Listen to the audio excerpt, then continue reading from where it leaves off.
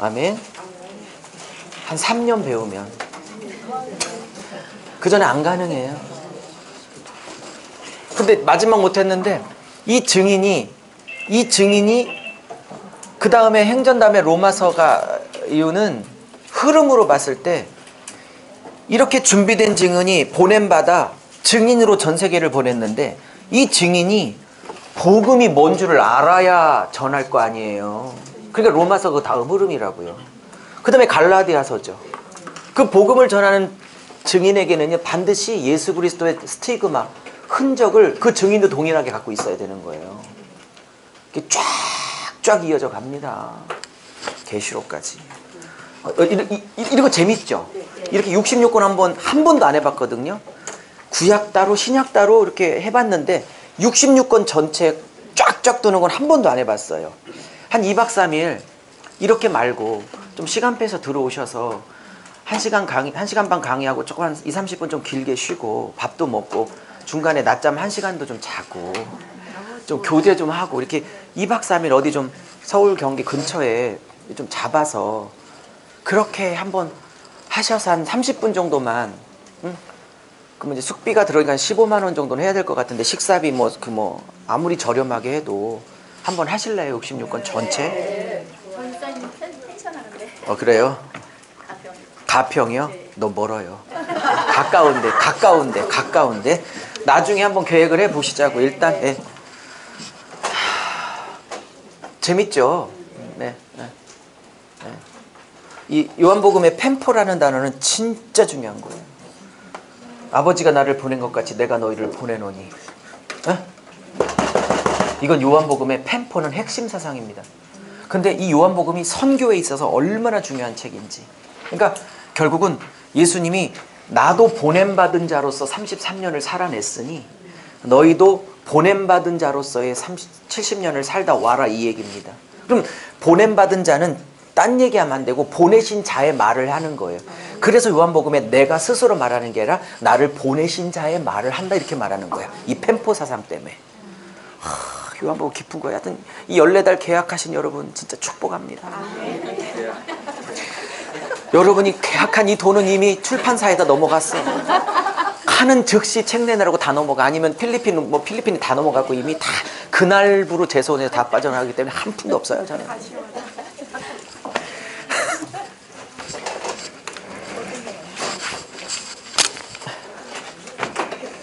자, 이제 녹화해 주세요. 녹화 눌러 주세요. 이제 마가복음 본격적으로 들어갑니다. 이제 서론도 재밌는데 본론 들어가면 더 재밌습니다. 제가 재미에 빠져서 이 감격과 성경의 신비에 빠져서 착각이지만 성령에 붙들려서 또 사도행전식으로 말하면 하나님의 말씀에 붙들려서 딱 한 번 나오는 표현이거든요. 사도행전 18장에 하나님의 말씀에 붙들려서 그렇게 하는 건데 여러분도 말씀에 붙들려 제가 지난달부터 강조하고 있는 강사 200명 모집 안에 초기에 모집할 때는 내가 급해서 대충 막 통과시켜줘. 그때 들어오셔서 함께 200나라를 살리기를 바랍니다. 모르시는 분들 위해서 내일쯤 광고 다시 할 거고 나중에 사람이 많아지면 엄격하게 뽑을 거고요. 지금은 초기라 제가 아쉬워서 대충 통과. 평신도 다 됩니다. 어성경도 하고 있으니까. 물론 강의 내용에 따라 목사를 보낼지 평신도를 당할지 제가 결정할 거지만 평신도 권사님들, 장로님들, 집사님이 결합해주면 관통 정도 큰 틀을 강의할 수 있는 건 충분히 하실 수 있을 거라고 저는 믿고 한 권권을 강의하는 건 목사들을 보내려고 합니다. 제가. 그리고 제 꿈이 200나라 200강사를 모집하고 있기 때문에 전 세계를 같이 살렸으면 합니다. 저는 제 교회 부흥 하나 저 하나 때문에 이사간 게 아니라 200나라를 동시에 살리려고. 그러니까 예를 들면 3월이다 그러면 전 세계 비슷한 시기에 과목은 좀 다르겠지만 전 세계 같은 비슷한 시기에 200국가에서 동시에 말씀 세미나가 열리는 게 제 꿈입니다. 그 200 렉처러를 강사를 모집하는 겁니다. 초기니까 대충 통과시킬 때 빨리 하시고 지원자가 많아지면 정말 철저하게 강사 자격은 이 신구약을 다 들으시는 분을 기본으로 합니다. 왜냐면 한 과목, 두 과목을 강의하시더라도 65권이 다 들어와야만 한 과목을 강의할 수 있기 때문에 다 안 들으신 분은 죄송하지만 안 됩니다. 그건 안 돼요. 다 들으셔야지. 한 과목이 아니라 한 과목 안에 65권이 다 들어와 있기 때문에 다 배우셔야 해요. 그게 첫 번째 조건이고, 두 번째는 제 앞에서 한 1시간만 강의하시면 돼요. 청중은 저 혼자. 저를 설득시키면 돼요. 아, 이분은 제가 안 가도 이 과목은 이분 보내면 나보다 더 잘하겠다. 혹은 뭐 저만큼 하겠다. 이렇게 환승이 있으면 신구약에서 한 과목 정도만, 그러니까 한 과목만 전공하셔서 그 과목 갖고 평생 200국가를 같이 다니자 뜻입니다. 한 과목만. 그래도 안 돼? 두 과목도 아니고 66권 나도 있는데. 오케이? 200국가. 그럼 그 비용은요, 알아서 가셔요. 저도 다 자비량으로 다니는데 어떻게 되죠? 나도 다니고 있는데 자비량으로. 그리고 200국가는 내가 뚫어요? 아니요. 제가 다 뚫어 놓을 거예요. 1회 세미나는 제가 다 하고 그 다음부터 보내려고 하는 거예요, 강사를. 저희 단체 이름으로, 대표 이름으로. 그러니까 제가 안 가도 이분을 보내면 제가 간 것보다 더 나으니 이분 모시고 가도 됩니다. 이렇게 해서 보내려고 하는 겁니다. 그러니까 어성경 강사가 좀 비슷하지만 훨씬 더 깊은. 이거 이제 제가 책을 한 권 쓰고 있는데, 구약 관통 세미나도 세미나지만 그거보다 조금, 그러니까 어성경보다는 좀 훨씬 높고, 네? 지금 제 뒤에 나와 있던 관통책보다는 조금 더 낮은 그 사이에서 입문서, 하나님 나라로 본 14시대 그래갖고 쫙 개관서를 쓰고 있어요. 그래서 그거 보고 저 구약관통책을 보면 이렇게 단계로 올 수 있도록. 그래서 평신도 강사님들은 66권을 한번 큰 틀 안에서 뚫어줄 수 있는 그런 강사는 평신도님들도 충분하겠다, 저는 생각을 해서 그 강사는 파송하려고 하고, 권별은 목사님들을, 그래도 신학한 목사님들 보내야 되지 않을까? 뭐 그것도 제 편견일 수도 있고요. 실력이 좋으면 얼마든지 평신도님도 권별 강사로도, 그래서 한 권씩만 책임져. 나는 마태복음에 목숨 걸래. 그러면 마태복음 강사로 임명해 드릴 테니까 그걸 200국가 다녀요. 한 과목만 갖고. 나는 계시록 해볼래. 그럼 계시록만 갖고 다니고. 아멘 좀 해봐요. 아멘. 돈 된다. 돈은 알아서 되고. 다 뚫어는 놓을 테니까. 예스? 네. 자, 갑니다. 자, 시작할게요. 드디어 이제 나갑니다. 자, 이제 서론을 하겠습니다. 자, 마가복음. 이 서론도 할 얘기가 너무 많아갖고, 저자는 마가 요한입니다. 마가, 풀네임은 마가 요한입니다. 이 저자 설명도 굉장히 중요하죠. 이 마가 요한 12사도 중에 한 분입니까? 아닙니까? 아니에요. 예. 이 마가가 12사도가 아님에도 불구하고 마가 복음서를 쓸 수 있었던 영향력은 누구에게 받은 겁니까? 베드로 사도입니다. 그죠? 베드로가 내 아들 마가라고 표현을 쓰는 걸 보면, 그쵸? 예, 다른 책에서 마가는 역시 베드로의 영적 아들이요, 영적 제자였다라고 할 수 있고, 그가 예수님을 직접 3년 반을 한 번도 못 쫓아다녔는데도 불구하고 이렇게 예수님의 행적을 최초로 기록할 수 있었던 이유는 베드로에게 들은 예수님의 행적을 들어서 기록했다라고 보는 거고, 이 저작 시기가 한 60에서 65년경으로 보는 이유는 자기 스승인 그리고 영적 아버지인 베드로 사도가 5대 황제 네로에게 순교를 당한 연도가 AD 65년이기 때문에 살아생전에 들었을 것이다. 그래서 썼을 것이다. 물론 뭐 죽고 난 다음에도 나중에 쓸 수 있죠 라고 말하기도 할 수 있겠으나, 제가 볼 때는 이렇게 그 살아생전에 들은 얘기를 쓰지 않아요. 그래서 보통 학자들은 베드로 순교 직전에 쓰여졌을 것이다 이렇게 보는 겁니다. 이해하셨죠? 네. 근데 더 중요한 게 있어요. 이 마가 요한이 베드로의 영적 제자요 아들이기도 했지만 더 중요한 게 있어요. 누구의 조카요? 누구의 생질이었죠? 바나바. 사도행전에 굉장히 유명했던, 그죠? 예. 그렇게 위로자요 권위자였던, 참 인격이 좋았다고 평판이 났던 바나바의 조카였죠. 12사도에 들어가지 못했지만, 물론 평신도라고 할 수 있지만, 그러나 12사도 못지않게 굉장한 영향력을 예루살렘 교회에 끼쳤던, 그죠? 네, 그 이상의 영향을 끼쳤던 사도의 조카입니다. 자, 근데 이 사람이 최초의 복음서를 썼다는 것도 쇼킹하고 아이러니한 일이지만, 이 마가가 썼던 내용의 중심 주제가 제자란 어떠해야 되냐를 다루고 있는 제자도에 외관에서 마가복음을 썼다는 게 진짜 말도 안 되는 아이러니예요. 왜냐하면 배신을 제일 많이 때렸던 인간이 제자의 삶이 어떠해야 되냐고 가리키고 썼다고요? 완전 아이러니예요. 여기에 메시지가 있는 겁니다. 저는 여기에 유 목사가 실패하고 넘어져도 힘을 내보려고 하는 이유가 여기에 있는 겁니다. 제자는 이래야 돼. 제자는 순종하고 제자는 충성해야 되고 제자는 신실해야 돼. 한 번 또 배반 때리면 안 돼. 뭐 이런 주제를 갖고 있는 제자도를 썼는 사람이 누구도 아닌 마가라는 사실은 진짜 아이러니라니까요. 모든 사람이 제자도를 써도 누구만 제자도를 쓰기에는 부적격하냐면 제가 볼 때 마가 요한입니다. 다른 주제를 쓸지 몰라도 예수의 제자는 이렇게 신실하게 살아야 돼 라는 주제를 갖고 있는 이 마가복음을 양심이 있으면 자기는 안 써야 되는 거야. 왜? 배반의 아이콘이잖아. 배반의 대표 주자잖아 이게. 여기에 메시지가 있다니까요. 가장 제자도를 쓸 수 없는 사람에게 기회 주시고, 그죠? 회복시키셔서 실패를 딛고 제자도에 관한 글을 쓰게 하신 하나님의 기회 주시는 은혜가, 회복시키시는 은혜가 저를 다시 한번 용기를 내게 했다 그 말입니다. 그러면 마가 요한이 어떻게 배반을 때렸는지 알아야죠. 또 쓰세요. 배반의 아이콘, 배반자. 그것도 2번씩입니다. 첫 번째 배반은 마가복음 자체에 나와 있습니다. 저 뒷장에 가면 이 현숙만 말고 내일쯤 걸게 될 현수막에 가면 어떤 청년이 예수님이 잡혀갈 때 홑 이불을 벗어 집어던지고 막 알몸으로 도망가죠? 근데 그 청년 이름 안 밝히죠? 누군 줄 아시죠? 이 마가복음을 썼던 마가거든요? 나쁜 놈. 예수님을 한번 이렇게 배반을 때렸어요. 예수님이 십자가 질 때, 그죠? 그러니까 쓰세요. 물론 제 강의 안에 다 나와 있지만, 그러니까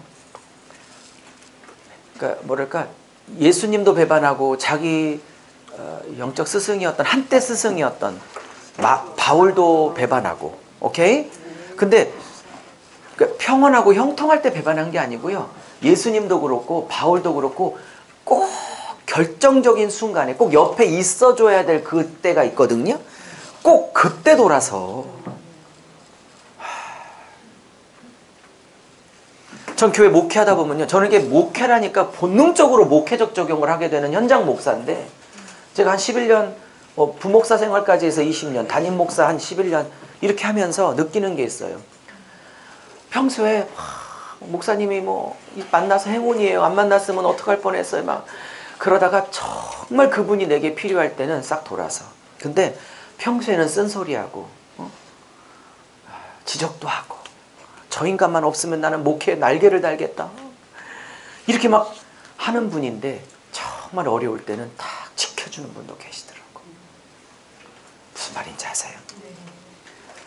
2번을 배반하는데 가장 결정적인 순간에 배반해. 아주 나쁜, 놈 그러고 싶은데 녹화가 되고 싶어서 나쁜 분이세요. 자, 그러면 2번째 배반은 언제예요? 사도행전 1차 여행 때. 그 언제예요? 16장이죠? 예? 네, 17장부터 2차 전도여행이니까. 삼촌인 바나바와 그리고 이제 부목사격이었던 바울이 함께 전도여행을 이 마가와 셋이 떠나고 있었습니다. 쭉 거쳐서 구브로섬, 살라미, 항구 거쳐서 쭉 와가지고 어디까지 도착했냐면, 어디죠 거기가? 버가예요? 하여튼 뭐, 네? 예. 근데 그 섬에서 그냥 자기는 배 타고 다시 돌아와 버리죠? 네. 혹시 이 사람, 꼴인데 왜 돌아왔는지는 전혀 성경이 밝히고 있진 않지만, 그것 때문에 바나바와 바울 서로 싸울 수 있는 관계가 아니거든요. 그 친밀함과 연합이. 근데 대판 싸우고 다시는 안 만나는 것처럼, 그죠? 두 사람이 갈라서는 것처럼 말하죠. 근데 성경은 그렇게 말하고 있지만 저는 나중에 어느 정도는 화해하고 서로 연합하여 사역을 하지 않았을까 생각합니다. 그러나 사도행전에는 갈라서서 다시는 안 만난 것처럼 뉘앙스를 품고 있게, 그 원인 제공을 누가 있냐? 마가 때문에요. 이 버가라는 지역에서 돌아와 버립니다. 너무 그것이 바울에게는 큰 데미지요 상처였던 것 같아요. 그래서 17장에 2차 전도여행을 다시 떠날 때 그래도 삼촌인 바나바가 한 번 더 기회를 줘서 데리고 가야 된다 하자 바울은 안 된다. 그래서 그것 때문에 데려가야 된다는 마가와 안 된다는 바울이 크게 싸워서 선교팀이 둘로 찢어지죠. 그래서 바울은 실라와 함께 그죠? 가고 이 바나바는 자기 조카 누구죠? 마가와 함께 또 다른 지역 가고, 물론 사도행전 할 때 얘기하겠지만 이 싸웠던 일이 잘한 일은 아니어 보입니다. 여러 가지 메시지가 있지만 첫째, 아무리 훌륭한 사역자라 할지라도 역시 인간의 한계를 드러내고 있는 본문이고요. 사람은 사람일 뿐. 이 싸웠던 장면이 없었으면 저는요 이 두 분을 너무 존경할 뻔했어요. 근데 이 싸웠던 장면 때문에 다시 이 두 분을 향해서 시선을 들어 예수께 옮길 수 있던 거예요. 성경의 다윗의 넘어짐, 바울과 바나바의 싸우는 장면을 굳이 실었던 이유는 너희들의 시선을 들어 사람이 아닌 하나님을 다시 봐라 라는 시선 교정 때문에 사역자들의 허점을 의도적으로 노출하고 있는 겁니다. 성경이. 아멘. 그러므로 목사님들이 강대상에서 너무 일주일을 승리했다 그러면 성도들이 힘들어. 저는 의도적으로 일주일 동안 무너진 얘기를 하고 또 무너졌고 그런 얘기를 하면 굉장한 은혜가 있어요. 왜냐면 목사님도 무너졌는데 나랑 똑같구나. 그럼 거기서 끝나나요? 그러나 은혜 붙들고 다시 일어나자고 결론을 내리기 때문에 할렐루야. 그러면서 성경 신구약에 기라성 같은 종들의 넘어짐을 의도적으로 노출하는 이유는 그들을 깔려고 하는 게 아니라 우리의 시선이 하나님으로 다시 향할 수 있도록, 그리고 은혜 없으면 안 되는 자로서의 그들을 그리고 있는 겁니다. 할렐루야.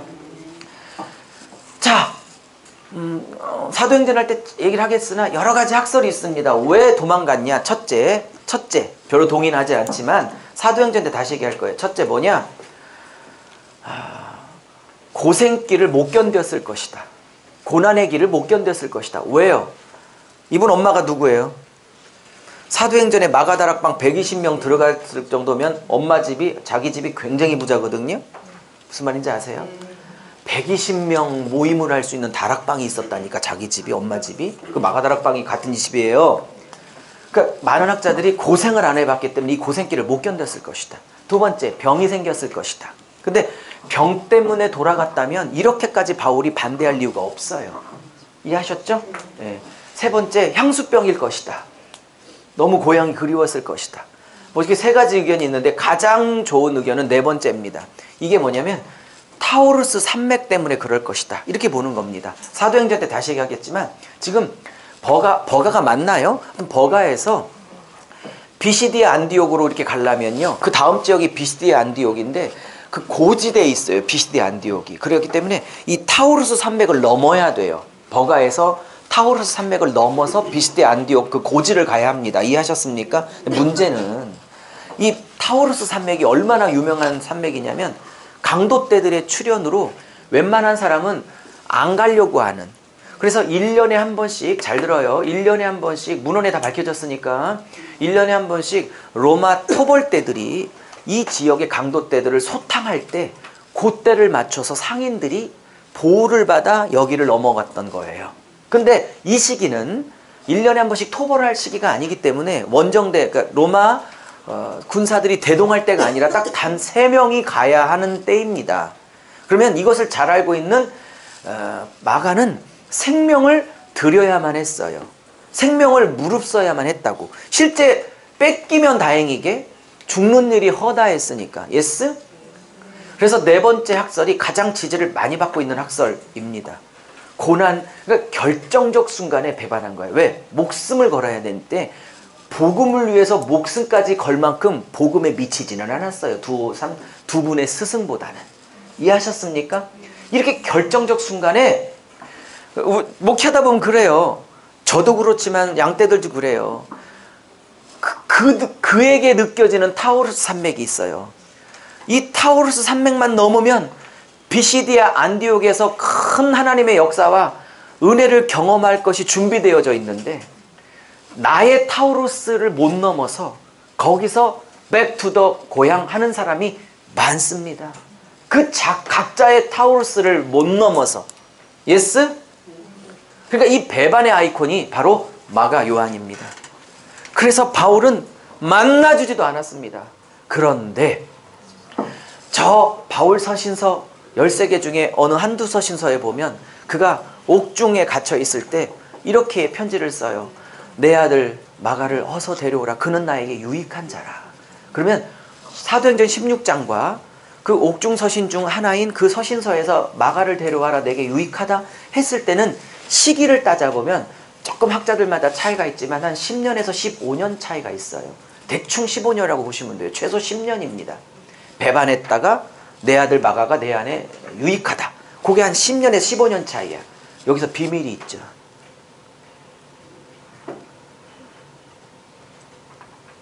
10년, 15년이든 마가를 향한 바울의 마음이 바뀌었어요. 그러면 마가는 똑같이 이렇게 배신 때리고 다니는 나쁜 놈인데 바울만 마음이 풍성해져서 그렇게 유익하다고 했을까요? 아니면 바울도 사람을 바라보는 관점을 하나님이 확 넓히셨고 또 배반만 때리고 다녔던 마가도 바꾸셔서 그 또한 하나님 앞에 신실한 종으로 바꾸셨을까요? 제가 볼 때 둘 다입니다. 그러니 15년 혹은 10년 몰라요. 15년을 합시다. 그냥 15년 전에 결정적인 순간에 죽음 때문에 나 살겠다고 타우루스 앞에서 도망갔던 마가 그때 하나님도 버리고 바울도 버렸으면 내게 유익한 자라고 변화받은 마가는 없을 뻔했어요. 근데 한 사람이 마가를 받아준 거예요. 그 한 사람은 바나바입니다. 어떤 놈은 그래요. 조카니까 할 수 없이 받았겠지. 그러니 성경이 안 열려. 조카라 받았겠어요? 아니라니까. 물론 조카였지만 바나바의 별명이 뭐죠? 위로자, 카운셀러, 받아주는 자. 그러니까 사도행전에 북악은 바울이 돼 있지만 저는 사도행전의 진정한 영성의 봉우리는 바나바라 저는 여겨집니다. 그래서 제 성경 필명이 유바나바입니다. 나중에 예전에 다윗, 바울 그랬는데 불같은 점점 깨닫고 보면서 나는 바울과 다윗 이런 거 꿈도 못 꾸겠고요. 거긴 근처도 못 가겠고 제가 꼭 본받고 싶은 분이 있다면 요나단이나 바나바예요. 근데 요나단 질랬더니 발음이 어려워서 그냥 바나바. 왜냐면 두 분이 똑같거든. 왜? 요나단은 모든 왕세자라는 기득권을 다 포기하고 전부를 내어 다윗을 왕으로 세웠던 자이고 바나바는 자기의 기득권 모든 것들을 내어주어 후배 목사 다윗이 사역하도록 모든 걸 내어줬던 자이고 자기를 전부 내어주어 누군가를 키웠던 자라는 공통점이 있다는 거 아세요? 그래서 제가 바나바를 닮고 싶어서 너무 좋아해요. 자, 메시지를 나눕니다. 여러분 마가의 15년 모습은 때려 죽일러 해야 되거든요. 근데 오늘 현재의 모습을 보지 않고 하나님이 바꾸실 이 친구의 미래를 바라보고 한 사람이 품었기에 바울에게 유익하다라고 한 마가가 15년 후에는 나올 수 있던 거예요. 만약에 바울처럼 똑같이 바나바도 같이 화를 내고 버려버렸으면 이 마가복음을 썼던 마가는 없을 뻔했고 또 이 마가복음 자체가 없을 뻔했어요. 이 마가복음이 있어지기 위해서 16장에 대판 싸웠을 때 조카라서 품은 게 아니라 이 친구를 바꾸어내실 하나님을 기대하여 그를 품었던 바나바가 있었기에 오늘 마가복음이 있었다는 사실을 기억해야 하는 겁니다. 지금 제가 5분 이렇게 쭉 풀어 설명한 게 조금 살을 붙이면 40분 주일 설교란 걸 아십니까? 제가 이렇게 했더니 40분 풀어서 책을 내주세요 그러더라고요. 그건 알아서 좀 하시라고 좀 제발 좀 나중에 할 테니까 아직은 다 딴 것부터 하고 무슨 이것도 좀만 붙이면 설교잖아. 그러면 우리도 누군가에게 바나바가 되어줘야 되잖아. 그리고 나에게도 그때 그 모습이 아니라 미래 나를 보고 나를 품어줬던 바나바들이 계셔서 오늘의 내가 있는 거잖아요. 그렇죠. 그럼 난 또 누군가에게 바나바로 살아야 하는 거고 그거를 요한복음에 펜포 보냄받은 자의 삶이라 하는 거죠. 할렐루야. 그러니까 제가 느끼는 건 한 10년에서 15년 사이에 양쪽에서 둘을 바꿨는데, 하나는 일 중심의 바울, 네? 사람이 중요한 게 아니라 일이 중요하고 좀 선교여용이 중요한 바울, 그를 사람이 중요한 사람으로 이해하셨어요? 일 중심에서 사람 중심으로 15년간을 바울도 바꾸셨고, 또 한켠에서는 바울이 모르는 사이에 마가 또한 바꾸고 계셨다는 거. 제가 그거를 뭐라고 그러냐면 시간 안에서 일하시는 하나님, 시간 속에 일하시는 하나님, 이렇게 말하죠. 아멘. 지금 저자 마가 요한에 이런 깊은 메시지가 있는 겁니다. 서론에.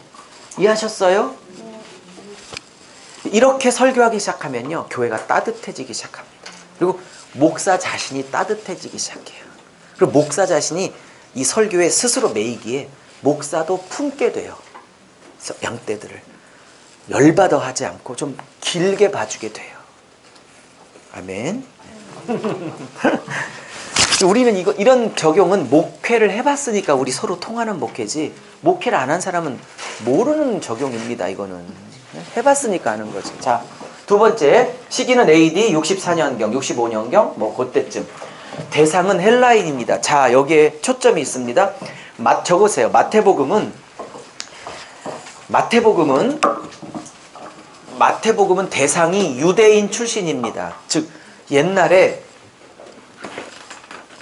유대교 모세오경에 깊이 이렇게 뭐랄까, 유대교 신자였다가, 즉 모세오경에 깊이 빠져 있다가 이제 누군가를 통해서 복음을 듣고 예수를 믿은 기독교인들, 즉 유대교 출신 기독교인들에게 쓰여져서 마태복음이 구약 인용구가 한 70에서 80개 구약 인용구가 어마어마하게 나오는 겁니다. 이해하셨습니까? 사복음 속에서 최고입니다. 왜? 90% 이상의 독자가 예수 믿었지만 옛날에는 유대교 모세오경에 심취하고 39권을 너무 잘 알고 있는 자들이기에 그 구약의 예언을 예수가 성취했다, 이런 식으로 한 89절을 인용하는 겁니다.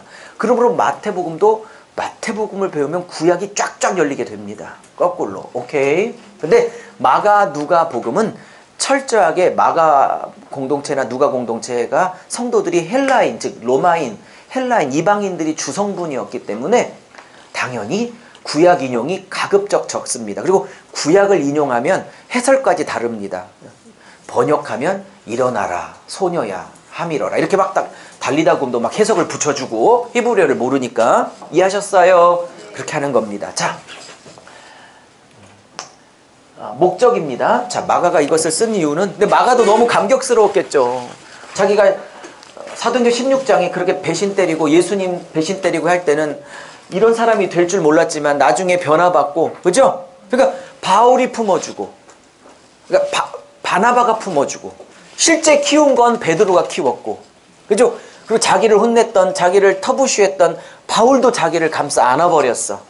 그 감격이 제자가 무엇인지를 쓴 저자가 됐던 거예요. 가장 이 주제를 쓸 수 없는 자가 이 주제에 관해서 쓰게 하셨다고. 아멘? 가정에 실패했었던 나를 통해서 가정사역을 하게 하신다니까. 가정에 아픔이 있었던 내가 무슨 가정사역을 해. 내 거라지 그런데. 근데 그분을 통해서 하나의 가정사역을 하게 하신다니까. 아멘? 그럼요. 그래서 첫 번째, 예수님이 하나님의 아들이심과 그리스도이심을 선포하는 책입니다. 자, 근데 또 하나만 더 하죠. 여기 없는, 나오네요. 나 이따 할게요. 네. 왜 1장 1절에 하나님의 아들 예수 그리스도의 복음의 시작이 이렇게 나오냐면, 왜 하나님의 아들, 신의 아들이라는 말을 쓰고 있냐면, 이 당시에 네로가 하나님의 아들이라고 스스로 자처하고 있는 시대이기 때문에 이 말은 네로가 하나님의 아들, 신의 아들이 아니라 예수 그리스도가 신의 아들임을 선포하고 있는 굉장히 강력한 도전인 거예요. 네로를 향한. 이해하셨습니까? 그러니까 이런 문구 하나도 시대적 상황을 모르고 들으시면 안 되는 겁니다. 예스? 아멘? 두 번째, 하나님 나라 복음이 승리하시고 하나님 나라 복음이 통치하신다. 주장하려고 합니다. 이 얘기는 깊게 설명하겠습니다. 1장 1절에. 두 번째, 세 번째. 여러분, 신약 27권 전체는 성격이 좀 다르지만 공통점은 있어요. 모든 신약 27권이 쓰여졌던 배경은 다 초대교회이기 때문에 그게 네로 때든 도미티안 때든 어쨌든 다 로마 황제의 숭배 강요로 인하여 예수만 섬기고 있는 기독교인들은 어마어마한 핍박을 받고 있는 로마 시대입니다. 이해하셨죠? 그러므로 27권 전체는 기본적으로 고난받고 있는 공동체에게 쓰여진 거기 때문에 한 권도 없어요. 아멘. 기본적으로 27권은 다 고난이 깔려 있고 고난에 관한 위로가 깔려 있습니다. 아멘. 절 보세요. 그러므로 고난이 있다는 건 성경이 열리기 위한 전조 증상이에요. 왜냐면 고난을 전제하고 성경을 썼기 때문에 27권을 오케이? 고난당하고 있는 자가 성경이 열릴 가능성이 훨씬 많다니까요. 고난 하나, 절 보세요. 약간 무리한 적용이지만 고난 하나도 없이 그냥 편안하게 살다가 성경 안 열릴래요? 고난 좀 있지만 성경 열리는 게 낫겠어요? 그래, 2번. 어떤 분은 고난 없이 열리는 길은 없어요. 왜? 시편 119편에 내가 고난당하기 전엔 주의 율례를 몰랐다가 고난당한 후에 주의 율례를 알게 되었습니다. 그렇기 때문에 고난이 있어야만 열리는 게 성경입니다. 어린 반 푸른지도 없는 소리 하지 마세요. 자, 그 다음에 베드로와 바울 순교에 따른 목회적, 이게 중요해. 자, 무슨 얘기냐. 지금 12명의 사도가 다 죽어나가고 있어요. 그죠? 바울도 뭐 바나바도 12명 다. 그러면 12사도가 살아있을 때는 그들의 입을 통해서 직접 예수님의 행적을 들었죠. 기록할 필요가 없어요. 근데 다 죽어나가고 있어요. 거의 안 남고 있어요. 예수님 12제자가. 왜? 예수님의 행적을 밤낮으로 3년을 봤던 12제자만이 예수님의 새벽 예배 기도, 밤에 뭐 하셨는데 다 기록할 수 있잖아요. 근데 다 죽어나가고 있어. 근데 아무도 기록이 없어. 그래서 12사도가 다 죽어나가고 있는 상황에서 빨리 더 이상 말로 전할 수 있는 사도가 끝나기 전에 예수님의 행적을 누군가는 빨리 문서로서 정리를 해야 될 목회적 필요가 있었던 거예요. 아멘. 그래서 정리를 한 겁니다. 그래서 다른 복음서는 길게 나와 있는 사건들이 짧게 핵심만 추려 나오는 건 지금 목회적인 필요가 굉장히 급했던 거예요. 빨리 정리해야 될 필요가 있었던 거예요. 그래서 짧은 겁니다. 이해하셨죠? 자, 그 다음에 제일 중요한 거, 제자란 무엇인가? 근데 반복하지만 이 말을 쓸 자격이 있어요? 없다니까. 근데 회복시키셔서 이 주제를 쓸 수 없는 자가 이 주제를 쓰게 하신 하나님의 은혜가 있다니까요. 할렐루야. 구조 갑니다. 아, 이 기조가 또, 이 구조가 막 기똥차죠. 봐요. 여기 나옵니까, 화면에? 여기 화면 나옵니까? 네. 자, 봐요. 이 구조는요, 누가 짰냐면요, 제가 책에 다 써놨는데요. 이게 따라해보세요. 이 베스트. 학자 이름입니다. 그 다음에 RT 프란스. 그러니까 AT 프란스라는 사람과 이 베스트라는 이 두 학자가 이 구조를 전개했습니다. 물론 그전에도 이런 구조 제시가 있었지만 이것을 명쾌하게 말한 학자는 이 두 학자입니다. 가장 대표적인. 저는요, 이런 학자들의 고마움이 너무 이렇게 가슴에 와닿아요. 이런 학자들이 있어서 우리가 좀 편하게 공부할 수 있잖아요. 그러니까 제일 고마운 분은 성령님이시고요. 성경을 쓰셨으니까. 둘째로 고마우신 분들이 이런 학자들, 1세기부터 2000년간 존재했던 많은 존귀한 학자들, 그런 분들의 학문에 빚을 져서 제가 배워서 또 여러분에 가르치고 있는 거 아니겠습니까? 참 너무 감사하죠. 밥이라도 함께 사고 싶어, 이 두 분에게. 근데 뭐 안 사도 되니까 그런 얘기 하지만 너무 감사하죠. 근데 이분 기가 막혀요. 봐요. 이게 여기다가 써볼게요. 네. 이 화면 나오죠? 네. 그러면 이게 구조가 얼마나 재밌는지요. 이게 그냥 쓰여진 게 아니고요. 저는 물론 성령님은 지혜의 근원이시니까 뭐 당연히 박수를 쳐드려야 되지만 성령님의 사인을 알아듣고 이런 식의 구조를 짠 마가 요한도 박수를 쳐주고 싶은 거예요. 뭐냐? 이런 거예요. A 파트, B 파트, 뭐 A 다시 파트 이렇게 구성되어져 있는데 요 A 파트는 1장부터 8장 26절까지예요. 8장 26절 가지고 주로 북부 갈릴리 사역을 중심으로 하고 있습니다. 예수님의 갈릴리 사역. 예? 무슨 말인지 아셨죠? 그리고 이 B는요. 이 B는 뭐냐면 요 B는 갈릴리에서 이제 십자가 지시려고 어디로? 여기 예루살렘 성전으로 예루살렘으로 이렇게 오시는 여행 과정이에요. 여행 과정, 여정. 오케이? 짧죠. 예. 근데 여기가 B 파트예요. 그리고 요 A 파트는 11장부터 16장. 그러니까 여기서는 8장 26절부터 10장 52절 전체까지, 10장 끝까지. 오케이? 그리고 이 A-는 11장부터 16장까지 끝입니다. 여기는 딱 일주일 얘기입니다. 일주일 얘기. 고난주간 일주일. 즉 예루살렘 성에 일요일 날 입성하셔서 금요일 날 죽으시고 일요일 날 부활하시는 일주일 얘기. 지금 A, D식으로 나오는 C가 아니고 A 다시로 보세요. 네. 여기는 뭐냐면 이제 예루살렘에서 십자가 지시는 겁니다. 그래서 그냥 간단하게 쓸게요. 십자가 사역, 부활, 그다음에 승천, 그다음에 제일 중요한 거 천하 만민에게 다니며 복음을 전파하라. 이렇게 다닐 때 믿는 자에게는 표적이 따르리니 손을 얹은즉 나으리라 뭐 이런 거 나오죠. 그런 뭐랄까요? 사명을 선언하시고 복음에 관한 위임 명령, 그렇죠? 위임령. 뭐 이런 게 나오는 게 이제 A-죠. 자, 근데 중요한 건 이런 거예요. 신기한 건 이 학자들이 발견한 건 이런 건데 저도 이런 걸 몰랐어요. 이 학자들이 이런 얘기를 하니까 정말 그렇더란가 너무 그러니까 해 아래 새 것이 없이요. 많은 학자들이 말하는 걸 깊이 공부하고 거기다가 내게 주신 영감 하나 정도만 덧대면 박사학위가 나오는 거야. 그러므로 너 혼자 잘났다 아무도 없습니다. 다 학문의 빚을 지고 있는 겁니다. 자, 그다음에요. 재밌는 건요. 여기 8장 26절 끝부분에 여기 요 A 파트가 끝날 때 마지막 단락이 사건이 뭐냐면 소경치유예요. 신기한 건. 근데 B 파트 예루살렘 들어가기 직전에 마지막 과정은 이건 마태복음도 똑같건데요.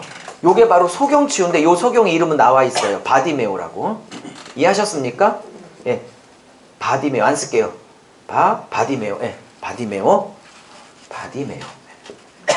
자, 이렇게 구성되어 있어요. 잘 봐요. 그러면 봐요. 예수님이 갈릴리 사역을 다 마무리하시고 갈릴리 사역을 끝내고 이제는 B는 예루살렘으로 오는 과정인데 갈릴리라는 큰 덩어리 사역을 끝낼 때 마지막 사역을 마가는 뭘로 종결하고 있냐. 이거를 종결기적이라고 하거든요. 종결기적. A 파트를 종결했다고 그래서 제 책과 다 나와요. 책에 강의. 그러니까 한번 구입해서 보시고요. 종결기적을 소경치유로 가져갔어요. 예스? 오케이? 근데 B 파트요. 봐요. B 파트도 종결기적이라고 하거든요. 종결기적.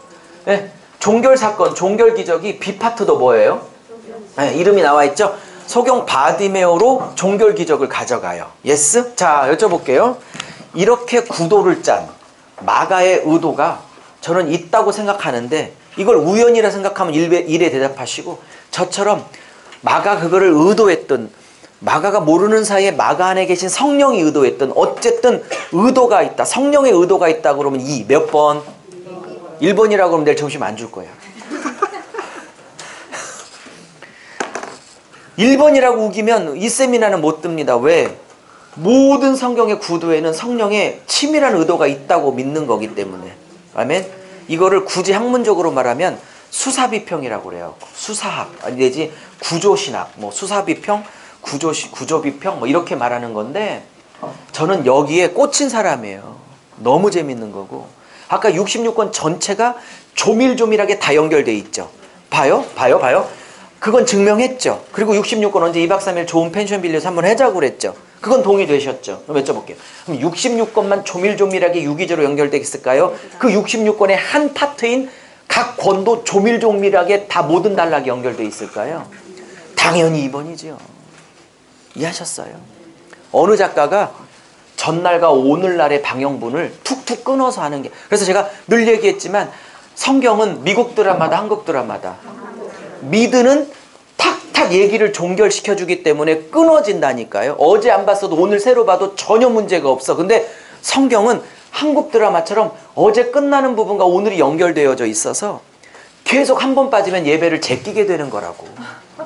한드. 오케이? 그렇다면 이것도 마찬가지죠. 이거를 짠 게 어떤 분은 에이 마가가 뭐 그렇게 머리가 좋아서 이런 걸 짰겠네요. 물론 저도 동의합니다. 안 그럴 수도 있어. 근데 여쭤볼게요. 마가는 머리가 안 좋아서 저런 구도를 미처 생각을 못했다 할지라도 마가 안에 계신 성령은 문자를 만든 분이거든요. 언어를 만들고 문학을 만들고 지혜의 근원이거든요. 근원이란 말도 그냥 지혜 그 자체거든요. 예? 우주 만물을 설계하신 그분이 여러분 23.5도 자전할 때 그 자축이 근데 23.4도나 23.6도로 틀어지면 이게 태양계 수금주와 목토 천명이 다 박살난다는 거 아세요? 정확하게 23.5도만 돌아줘야 이게 맞는데요. 우주를 설계하신 분이 지옥과 천국을 결정하는 유일한 시금석인 성경을 설계할 때 이런 구도가 없었다고요? 성령님에 관한 모독이라니까. 이루고 달라붙어야만 성경이 열려요. 무슨 말인지 이해. 그러면 이제 요 정도 협박했으면 동의가 된 줄로 믿고 믿고 그러면 이 우연이 아니라고 이제 동의를 받았으니까 협박으로 자 그럼 진행을 해볼게요. 왜냐면 동의가 돼야 진행하니까. 네. 동의되지요? 안 되면 어쩔 거야 막 내 협박하는데. 그럼 봐요. 여기에 소경기로 끝나. 그러면 한 지역을 마무리할 때마다 종결 기적을, 종결 사건을 소경을 치유했다, 눈뜨게 했다, 눈뜨게 했다, 눈뜨게 했다라고 결론을 내렸다면 이건 우연이 아니거든. 그러면 이 A라는 큰 3년 대부분의 사역을 투자했던 3년의 대부분을 투자했던 이 3년의 모든 사역을 이 눈뜨게 하는 소경치유 사건으로 종결 기적을 끝냈다면 예수님의 갈릴리 북부 3년 사역의 모든 기적의 목표는 뭐다? 눈뜨게 하는 거다. 이해하셨어요? 중풍을 고쳤든 안진뱅을 고쳤든 무슨 뭐 벙어리를 누굴 기적이든 뭐 바다를 잠잠케 했던 모든 것의 초점은 뭐다? 기적이 목표가 아니라 그걸 통해서 땅이 전부인 줄 알고 살아가는 자들의 눈을 열어 하늘에 눈뜨게 하려고. 전국을 왜 다니는 줄 아세요? 제가? 전 세계를 왜 다니는 줄 아세요? 그 돈 들여가며 자비령 들여가며 그 고생해 가며 몸축 나가며 눈뜨게 하려고. 그럼 봐요. 그러면 여기는 십자가 지시려고 가는 며칠의 여정이에요. 북에서 남으로 오는. 오케이? 그럼 이것도 종결 기적이 소경 바디메어를 눈뜨게 하는 걸로 끝나. 그러면 왜 예루살렘 성에 입성하려고 하는 거예요? 왜 십자가 지려고 하시는 거예요? 눈뜨게 하려고. 눈뜨게 하려고. 이해하셨어요? 어머 목사님 나 눈 뜨는데? 뭐 삭개오는 눈을 안 뜨고 있었어요? 하늘에 눈 가려져 있다니까. 영혼에 눈 가려져 있다니까. 다시 말할게요. 제가 좋아하는 용어로 요거를 다시 하겠게요. 나의 왕국은 눈을 떠 육신의 눈을 떠. 나의 왕국은 너무 잘 보고 있는데 나의 왕국 세우려고. 오케이? 근데 하나님 나라 가치는 요만큼도 보지 못하고 있는 하나님 나라의 소경들인 거지. 그거를 눈뜨게 하여 나의 나라를 벗어나 하나님 나라의 가치, 영원한 가치, 복음의 가치, 생명의 가치에 눈뜨게 하려고 입성하시는 거죠. 그거를 비파트의 종결 기적을 소경 받으며 눈뜨게 하는 것으로 가시는 거죠. 1번 우연이다. 2번 의도적으로 저렇게 구도를 짠다. 그러면 예수님은 핵심은 그러면 이걸 이것이 지지받으려면 에베소서 1장 15절로부터 23절에 옥중서신이라고 하는 에베소서에서 그 감옥에서 사도 바울이 에베소 성도들에서 기도하는 내용이 나오죠. 1장에서 3장 2번 기도하는데 그 첫 번째 파트인 1장에서 그가 뭐라고 기도해요? 감옥에서 에베소 성도들에게 중보 기도를 요청하며 나 빨리 풀려나게 해달라고 기도해달라. 그거 없습니다. 단 한마디도. 첫 번째 기도가 뭔지 아십니까? 지혜와 계시의 영을 열어. 그 다음에 하나님을 알게 하시고 그 다음 말이 너희의 마음의 눈을 밝혀.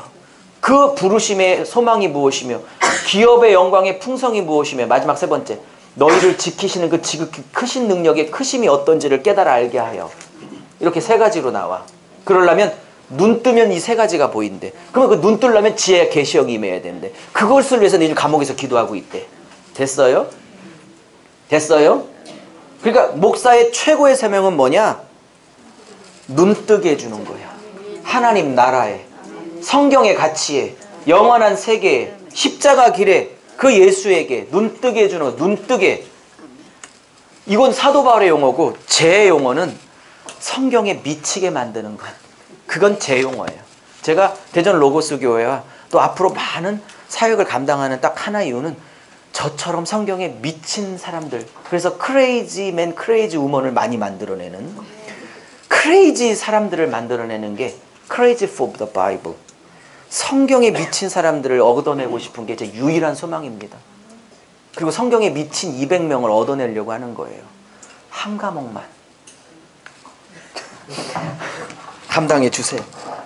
그러면 예수님이 십자가 주시고 부활하시고 승천하시고 우리에게 복음을 맡기신 이유는 뭐냐? 나처럼 너희들도 내 대신 전국에, 전 세계에 나가 천하 만민에 나가 영적 소경들의 눈을 떠 이 땅이 다가 아니라 영원한 세계를 준비하거라.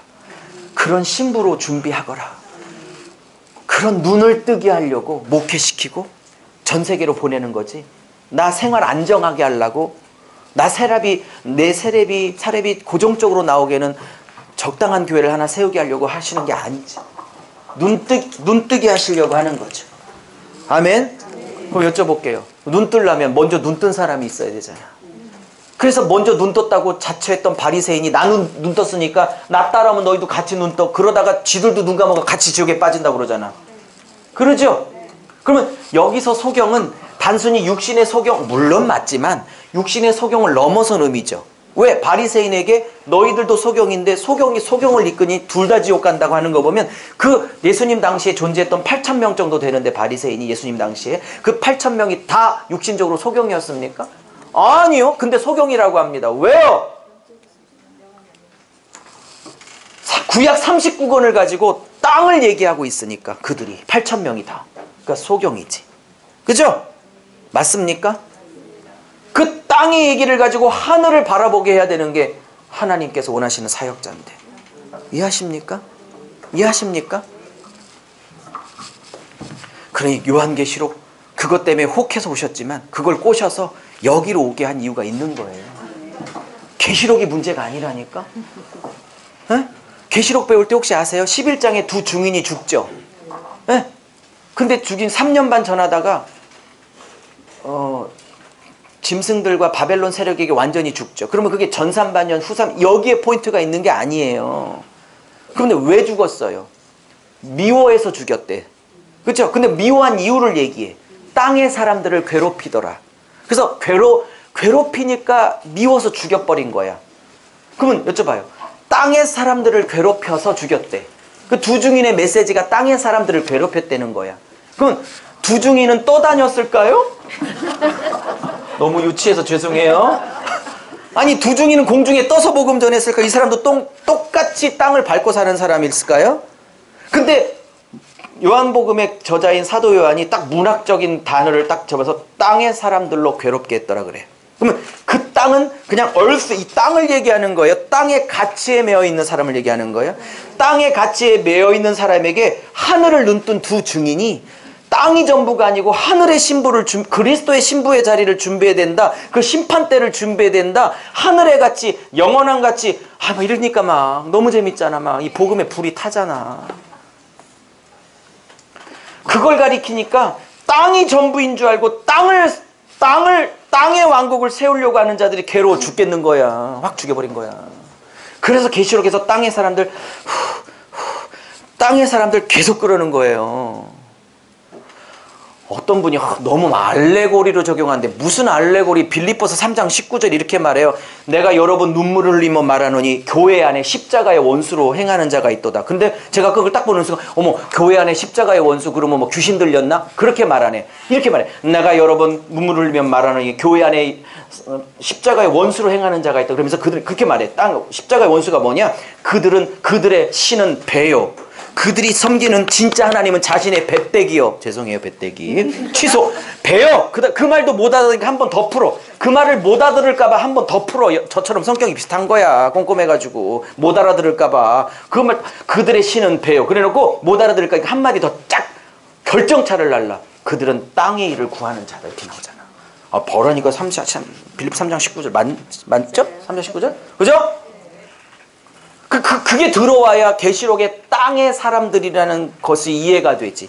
그리고 두 증인의 메시지가 땅의 사람들을 괴롭히더라. 그게 이해가 가지. 땅이란 개념을 알아야 되지. 그래서 계시록 꼬셔서 전체를 배우게 하려고 했던 거예요. 안 꼬셔진 사람이 90%가 넘어. 10% 얼마나 귀해요. 너무 귀한 분들이 오신 거죠. 이 얘기를 한 이유는 등록을 하셨기 때문에 하는 겁니다.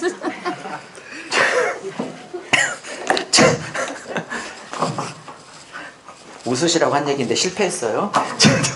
그럼 봐요. 그러면 왜 십자가 지고 왜 십자가지로 들어가신 거예요? 결국 십자가로 눈뜨게 하겠다는 거예요. 십자가로. 그리고 나중에 천하 만민에 다니며 복음을 전파하래. 그 위임령을 내립니다. 그럼 뭐 하라고? 그 복음 전에서 한번 떠보라고? 그 복음 때문에 한번 부귀영화 누려보라고? 몇 채씩 집을 한번 갖고 있어보라고? 나처럼 눈뜨게 해달라고. 대신 보내니 눈뜨게 하라고. 그게 성도가 10명이든 100명이든 10,000명이든 그냥 맡겨준 대로 내 주권에 맡기고 맡긴 자들에게 눈뜨게 하라고. 이 땅의 왕국 추구하지 말고 영원한 하늘나라 꿈꾸는 양떼들 만들게 하라고. 그런 신부들 만들어내라고 예수님이 지금 종결기적을 계속 이렇게 가는 겁니다. 예수님의 사역의 핵심은 뭐다? 눈뜨게 하는 거. 그죠? 그러면 이렇게 보니까 복음서에 수도 없이 소경치유가 그렇게 많이 나오는 이유를 아시겠죠? 우리 교회 성도들에게 11년간 이렇게 똑같이 가르쳤어요. 우리 집사님들에게. 제법 잘 알죠, 성도들이 성경을. 근데 물어봤어요. 왜 복음서에 이렇게 소경들이 많았냐? 우리 집사님, 너무 기대를 했던 집사님이 이렇게 대답했어요. 그 당시에 소경이 많았을 거라고. 그래서 유독 소경이 많이 나온다고, 치유 사건이. 절망했죠. 그래서 양떼는 양떼고 목사가 필요하구나. 그래서 제가 또 열심히 가르치려고 또 한 번 다짐을 했던 계기가 됐죠. 여러분, 소경치유가 복음서에 그렇게 많이 나오는 일, 우리 교회 집사님 대답처럼 소경이 그렇게 많아서일까요? 아니면 온갖 걸 다 고쳤는데 소경치유를 유독 많이 기록하는 이유는 복음서 기자가 공이 소경이 유독 많아서가 아니라 예수님이 눈뜨게 하고 싶은 요한계시록도 제발 쓰나미, 지진 이런 거 말고 요한계시록의 그 진수에 눈뜨게 하고 싶어서 그렇게 했던 거예요. 근데 이런 구조를 참 어떤 분은 저에게 막 반발해요. 막 문자가 들어와. 그 당시에 따지지 왜 그때는 못 따지고 꼭 가문 문자로 따지는지 몰라. 나 진짜 이상해. 설마 마가가 이런 걸 짰겠니? 저도 동의해서 예, 동의합니다. 마가는 못 짰을 수도 있어. 그런데 마가를 초월한 마가 안에 계신 성령은 이 구도를 짰을 수 있다. 그랬더니 그렇군요.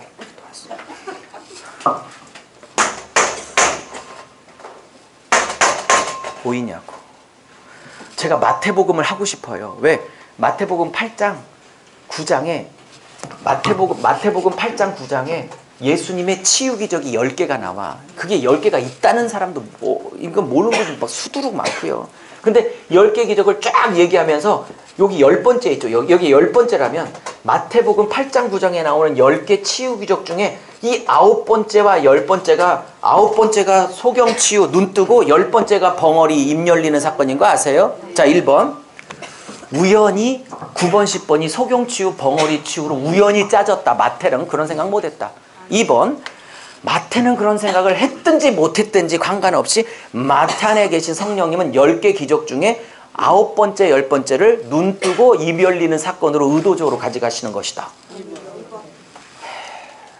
마태복음에 나오는 10가지 기적도 핵심은 뭐냐? 눈 뜨게 하고 눈 뜬 자로 입 열게 하려고 하는 거예요. 뭘 눈을 떠야 입을 열지.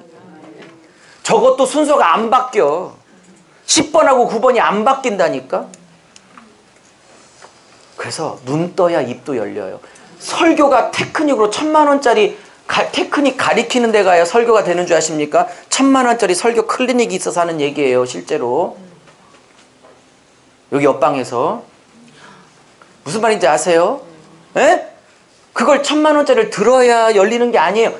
본문을 보는 눈이 열려야 9번이 열리면 입이 열리게 되는 거예요. 근데 이게 성경 순서가 9번, 10번이 안 바뀐다니까?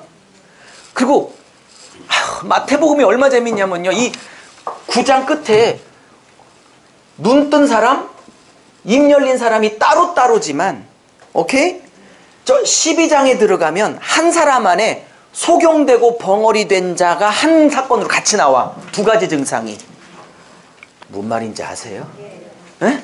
근데 12장 들어가면 그 12장 안에 그 사람이 눈도 멀고 입도 다쳤는데 그것의 원인이 귀신 들렸다고 딱 얘기해. 12장 들어가면, 마태복음 들어가면. 그러니까 눈 닫고 입 닫은 세력이 결국 사탄의 세력임을. 그러면 예수님은 눈 열고 입 열러 오셨다는 걸 알 수 있는 거지. 사탄은 눈 가리고 귀 닫고 입 닫게 하려고. 네? 예수님은 눈 열고 귀 열고 입 열려고. 성경이요 안 단순해요. 그러니까 이 본문을 보고 주여 나도 소경 고칠 불의 신유의 능력을 조셔셔셔셔. 이런 기도 저도 엄청 했거든요. 청년 때 전도사 때 복음을 모를 때. 물론 지금도 잘 모르고 배워가고 있지만 물론 신유의 능력을 구하세요. 그거 나쁘다는 게 아니라 이 본문은 벙어리하고 소경 고치는 능력 주세요라는 신유를 구하기 위하여 있는 본문이 아니라 영적인 눈을 뜨게 하려고. 기가 막힌 거예요. 그 마태복음이 더 깊기 때문에 서론으로 마가복음을 까는 거예요. 미치도록 깊어요. 그런데 이걸 안 배우겠다고 정말 미치고 팔딱 뛰겠는 거지 진짜. 아무리 설득해도 말을 안 듣고. 정말 어떻게 방법이 없어요. 아무리 설득해도 말을 안 들으니까. 그래서 천국의 비밀이 모든 자에게 허락된 게 아니라고 하신 이유가 그런 거예요. 자, 갑니다. 자, 누가 이렇게 전화를 했어? 바쁜데. 자, 넘어갈게요. 자, 자 넘어갈게요. 됐죠? 이런 구도만 한 번 설명해도 그냥 주일 설교인 거예요. 네? 그러면요, 마가복음 구도도 너무 은혜가 있죠. 본문 1장 1절도 안 들어갔거든요. 근데 마지막 서론이 그 구조 자체 따라해서 구조 자체에도 기가 막힌 메시지가 있다. 그러면 이렇게 구조를 제가 다 짜드릴 건데 66권을 이런 식으로 다 짜드릴 건데 이렇게 1장 1절 안 들어가도 그 구조 자체에도 기가 막힌 메시지가 66권에 다 있는 거라니까요. 그러면 다음 달 마태복음은 이거보다 더 기가 막혀요. 구조가 끝내줍니다. 요한복음 말할 것도 없어요. 구조가. 사도행전 말할 것도 없고. 이런 구조를 다 배우고 한 장 한 절 한 절 한 절 들어가야 되는 거라고. 그 다음에 히브리어나 헬라어도 의미를 갖게 돼요. 그 다음부터. 뭐 자꾸 헬라어 히브리어 자꾸 다니시는데 저도 다 다녔거든요. 근데 이게 안 들어오면, 이 숲이 안 열리면 헬라어 히브리어도 큰 의미를 못 가. 근데 이게 열리면 배우신 게 다 한 번에 샥 시너지로 일어나지. 다 귀하니까. 예스? 통전적으로 다 배우시라니까. 자, 갑니다. 1장 1절. 이제 재밌겠네. 이제 본격적으로 본문을 들어가니까. 이제 진짜지 이게. 여기도 재밌었는데 그죠? 갑시다. 1장 1절. 자, 1장입니다. 자, 바로 들어갈게요. 자, 큰 덩어리로 A파트는요 1장 1절부터 8장 26절까지입니다. 즉 갈릴리 사역이 마무리되는, 즉 소경치유로 마무리되는. 그럼 8장 27절부터는 이제 십자가 지려고 예루살렘 성으로 출발하는 장면입니다. 그러니까 26절로 끝납니다. 8장. 오케이. 자, 그걸 주로 이제 갈릴리 북부 사역입니다. 예스? 자, 1장 1절 하나님의 아들 예수 그리스도의 복음의 시작이라 이렇게 나와요. 근데 우리나라 성경은 이렇게 나와요. 하나님의 아들 예수 그리스도의 복음의 시작이다 이렇게 나오는데 헬라어 원문은, 즉 마가복음 원전을 딱 보면 헬라 원문으로 보면 순서가 완전히 다 뒤집혀 있어요. 적으세요. 강의 안에 없어요. 2년 전에 했을 때 있을 수도 있고 없을 수도 있어요. 그러니까 2년이 지나 또 다르게 하기 때문에 강의 안에 내용이 없는 게 많을 겁니다. 하나님이 2년 동안 저에게 알려준 게 더 많으니까. 예스? 자, 갑니다. 가봐요. 네. 정확하게 헬라어 원문은 이렇게 나옵니다. 복음의 시작, 아르케가 먼저 나와요. 아르케 유앙겔리온, 헬라어 원문으로 말하면 아르케 유앙겔리온이 먼저 나와. 그게 복음의 시작이에요. 아르케가 시작이고 유앙겔리온이 복음입니다. 이게 제일 먼저 나오고요. 두 번째로는 예수 그리스도가 두 번째입니다. 크리스토스 이렇게 나와요. 예수 크리스토스 이렇게 나오고, 세 번째 하나님의 아들이 세 번째로 나옵니다. 이렇게 세 단어가, 세 덩어리가 있는 겁니다. 그래서 복음의 시작 예수 그리스도, 그 다음에 뭐 하나님의 아들, 이렇게. 그러니까 헬라어나, 여러분 보세요, 헬라어나 히브리어나 가장 첫 단어는요 의도적으로 강조하려고 쓰는 겁니다. 그래서 원문을 공부하는 여러 가지 테크닉이 있지만, 지금은 원문 세미나를 할 실력도 제가 없지만 아직은 때가 아니에요. 저도 뭐 실력이 없지만 66권을 다 배우고 나중에 마가복음은 헬라어 원문 세미나를 1장부터 16절까지 다 하고자 합니다. 그 원문을 들어가면요 한글 성경, 영어 성경이 못하고 있는 그 깊은 의미가 또 신세계야. 원문 들어가면. 지금은 때가 아니야. 좀 더 기다리세요. 제가 마가복음은 원문 세미나를 하려고 합니다. 예? 예. 그럼 헬라어 모르는데 괜찮아요. 다 알도록 가르쳐 드릴 거예요. 예. 근데 이제 뭔 얘기 하려고 그랬죠?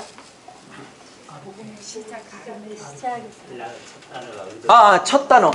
이 첫 단어는요 굉장히 중요해요. 그래서 이게 복음의 시작이다, 이게 첫 단어로 나온다는 건 중요한 거예요. 실수가 아닙니다.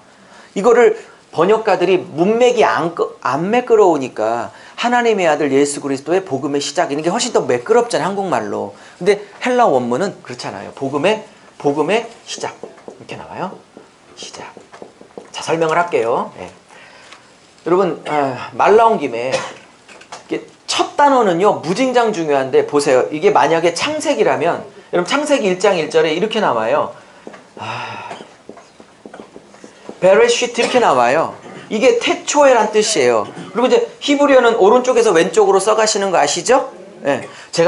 그래서 제가 인생을 히브리식으로 봐라 이렇게 했어요. 우리는 이렇게 보죠. 요셉 보면 17 꿈꾸고 인신매매, 10년 종살이, 3년 강간범 감옥살이, 그리고 나중에 총리 이렇게 되죠. 이렇게 성경을 보고 인생을 이렇게 보니까 막 답답해 죽고 오늘 죽을 것 같아 인신매매 당할 때. 근데 여기서 히브리식으로 이렇게 보면요, 여기에서 여기를 바라보기 시작하면요 오늘의 고난을 이긴다니까. 이해가 됐을 줄 믿어요.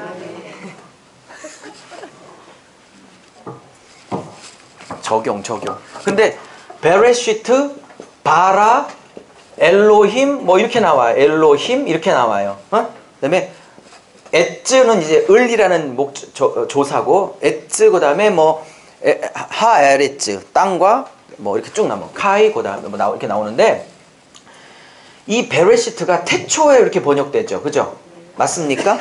태초에 번역되는데 이게 부사거든요. 근데 부사는요 원래 여기 있으면 안 돼요. 저 뒤쪽에 있어야 되는 거지. 예? 근데 이거를 쭉 앞으로 당긴 거예요. 그러면 당긴 거는요 그냥 당긴 게 아니라 이걸 도치법이라고 그러는데, 저 뒤에 어순상으로는 뒤에 있어야 될 문법인데 이걸 굳이 앞으로 당긴 건요 실수가 아니고요 강조 때문에 당긴 거예요. 그래서 첫 단어는 그냥 무진장 중요한 거예요.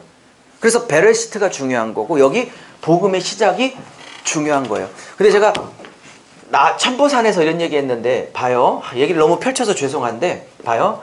베레시트 이렇게 나오죠.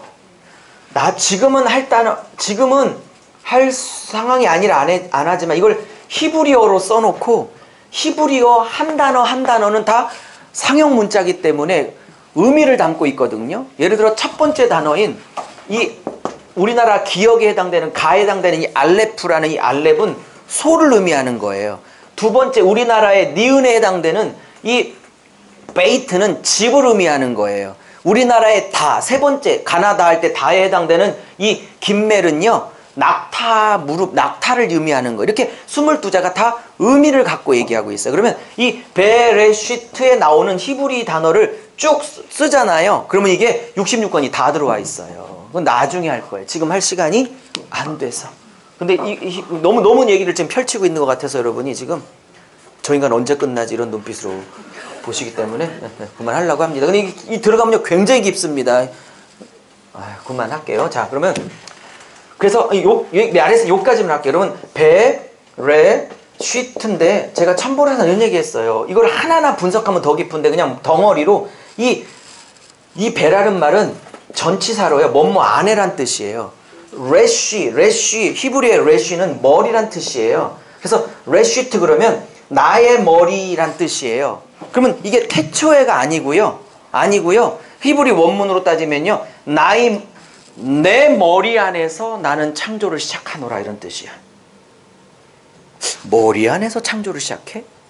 원문은 그렇거든요. 그럼 벌써 딱 오는 순간 빠바바박박 열려야 되는 거. 요한복음 1장이구나. 골로새서 1장이구나.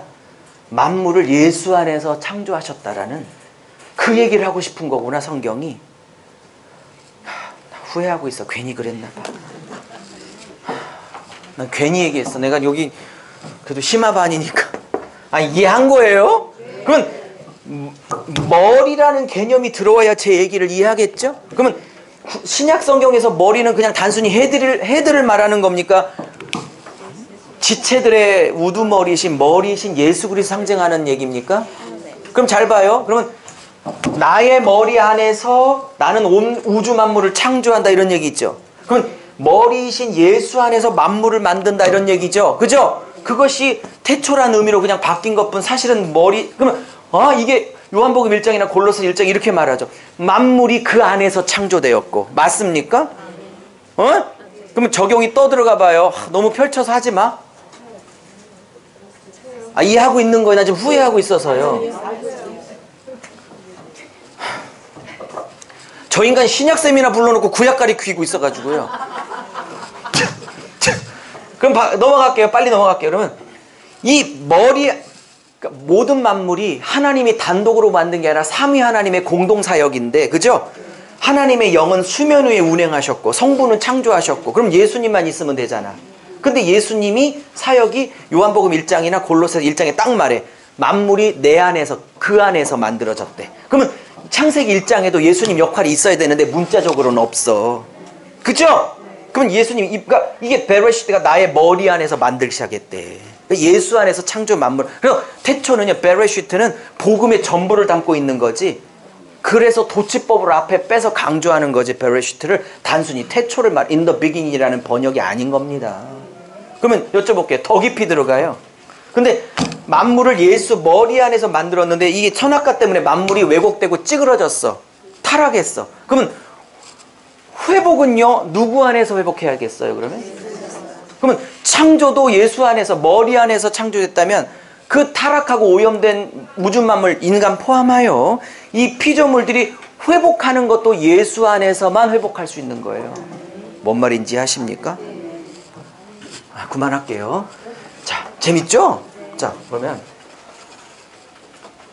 복음의 시작을 제일 먼저 딱 때렸어요. 그죠? 근데 여기 이제 문제는 아르케 때문에 그래요. 아르케.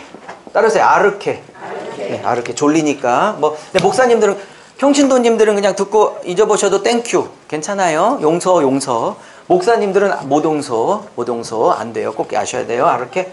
이 아르케가 이제, 자, 이 아르케라는 이 단어가 이게 뜻이 많아요. 시작, 기초, 그 다음에 세 번째, 통치. 이런 뜻 다 갖고 있어요. 근데 한국어 번역하시는 분들이 이 세 가지 아르케에 대한 용법 중에 그냥 가장 흔하게 쓰이는 시작이라는 용법으로 번역을 한 겁니다. 수십 년 전에. 그런데 제가 보기에는 이거를 시작으로 해도 되고 기초로 해도 되고 다 되는데 저는 3번을 선호합니다. 왜냐면 이건 그래요. 번역하면 하나님의 아들이신 예수 그리스도가 복음을 시작하셨다 이런 뜻이거든요. 근데 제가 보기에 복음의 시작은 창세기 3장 15절 여자 후손 언약, 여자의 후손이 뱀의 머리통을 깨트릴 거라는 그때부터 이미 복음이 시작된 거예요. 가죽옷을 입혀서 아담과 하와를 동산 밖으로 내어 쫓으실 때부터 이미 그 가죽옷에 예수의 희생이 담겨져 있어. 이미 복음은 그때부터 시작한 거라고. 난데없이 마가복음에서부터 복음의 아르케가 시작된 게 아니라고요. 그러면 제가 볼 때는 이거를 통치로 보는 게 훨씬 더 좋습니다. 왜? 네로의 통치가 가장 강력하고 있을 이때에 네로의 통치, 네로의 아르케가 아무리 강력해도 예수 그리스도가 복음으로 아르케하는 복음의 아르케가 그 네로의 아르케를 이기실 거라. 이건 제 해석입니다.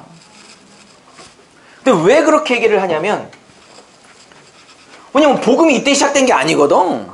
이해하셨습니까? 이미 창세기부터 있었거든. 복음은. 맞습니까? 이걸 A로 보면 16장 끝에 잘 봐요. 진짜 마가복음 16장 끝에 이렇게 나와요. 뭐요?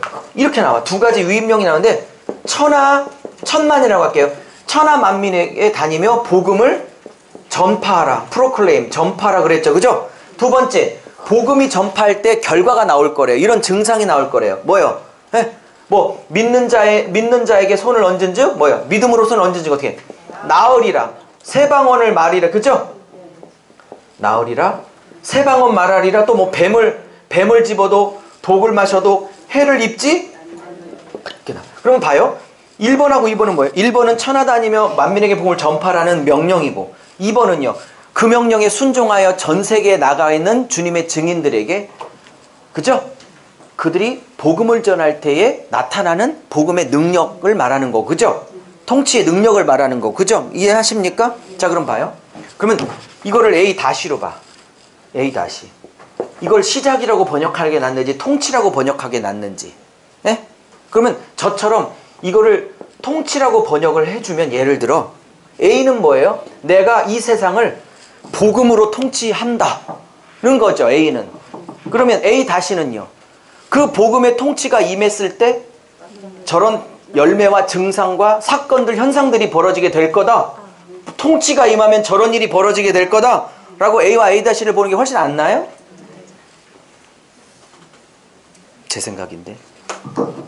이건 뭐냐면 한글 성경이 나왔다 할지라도요, 이건 그걸 차용한 것뿐이기 때문에 어떤 단어를 선택하냐에 따라 다른 거거든요. 근데 제가 볼 때는 통치가 훨 낫습니다. 왜냐면 네로의 통치, 네로의 아르케가 최고인 줄 알고 있는 이 세상에서 네로의 아르케를 무너뜨리고 세우실 예수의 아르케, 아멘, 예수의 통치를 선포하는 거라니까요. 할렐루야. 자, 근데 말 나온 김에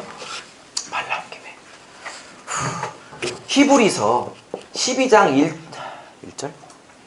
2절에 보면 이렇게 나오죠. 믿음의 주요 완전케 하시는 예수를 바라봐라 그러죠. 예, 예수를 바라보라 이렇게 나오죠. 근데 요때 주도 아르케야.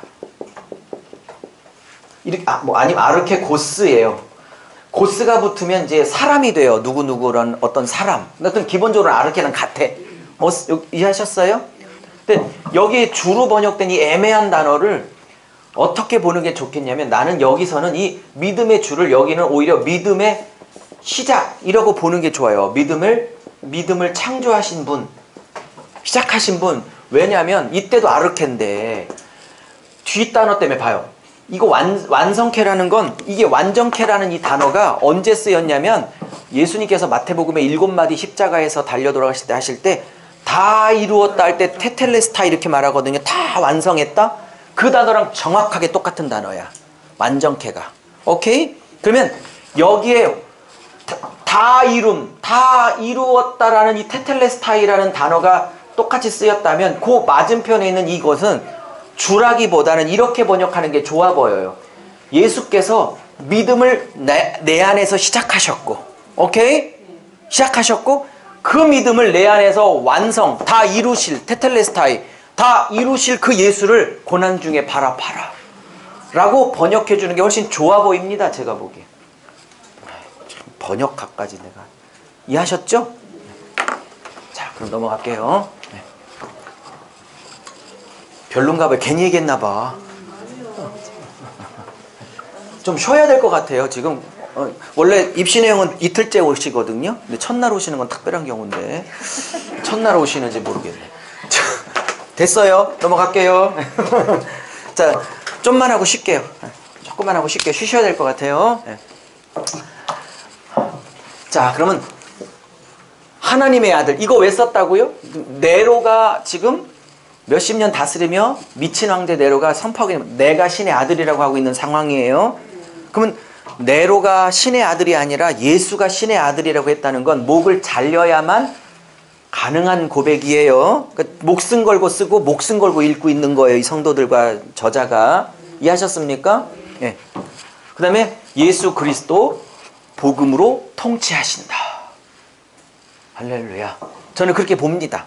아니면 시작 그러셔도 상관없습니다. 자, 그러면 따라보세요. 유앙겔리온. 이 유앙겔리온 복음이란 단어를 로마인들이 어떻게 썼는지를 아셔야 예수님이 전한 복음을 예수님의 메시지를 복음으로 차용하고 있는 마가의 의도를 알아요. 그러면 로마 사람들에게 유앙겔리온이 어떻게 쓰였느냐? 이렇게 쓰였어요. 대부분 두세 가지로 쓰였는데 가장 대표적인 저 보세요.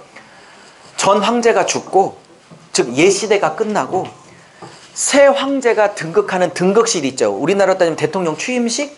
이랬을 때 전국에 파바를 보내서, 그러니까 메신저들을 보내서 지방마다 소도시도시마다 그 메신저들이 가서 유앙겔리온 유앙겔리온 도시마다 외치고 다녔어요.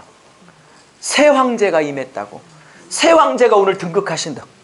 새 왕이 오셨다고. 어머.